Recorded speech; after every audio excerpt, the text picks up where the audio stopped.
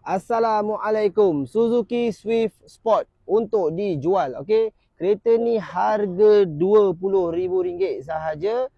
Barang memang cantik bang. Barang ni memang cantik. Tahun kereta 2010. Yang ni model keyless bang. Okey. Keyless. So abang tengok body kereta ni sangat cantik. Cat dia pun cantik. Ini bang interior dia bang. Okey. Mesti abang cakap kenapa harga kereta ni keras. Okey, sebab condition bang.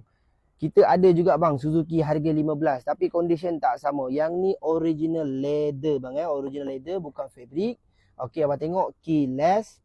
Okey, lagi satu mileage kereta ni. Okey, mileage kereta ni sangat-sangat rendah. Okey, abang tengok kereta ni mileage dia 88,000 saja. Mileage ni sangat rendah. Abang tengok condition pun boleh tahu. Seat kereta leather seat semua cantik. Dia punya steering pun cantik. So dashboard semua cantik. Leather door trim cantik. Abang tengok kapet original Suzuki cantik. Kapet dalam semua cantik. Tak ada yang tak cantik bang Okay. So abang tengok condition kereta. Aircon sejuk. Mounting engine, mounting gearbox cantik. Kereta 9/10. Abang nak beli Suzuki Swift model baru macam ni tak ada bang. Okay. Model ni tak ada bang. Okay. So dia tak keluar. Dia yang keluar model baru tak cantik sangat. Orang minat model ni. Tayar kereta ni pun masih baru lagi. So abang beli dan pakai saja. Number plate 6465. Harga 20,000. Tahun 2010.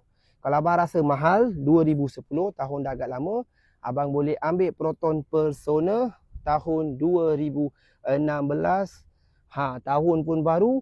Condition kereta pun memang tip top. Harga sama harga bang. RM20,000 sahaja bang. Okey, RM20,000 sahaja. Kereta tip top condition bang Kereta tip top condition. Abang boleh tengok. Body semua cantik.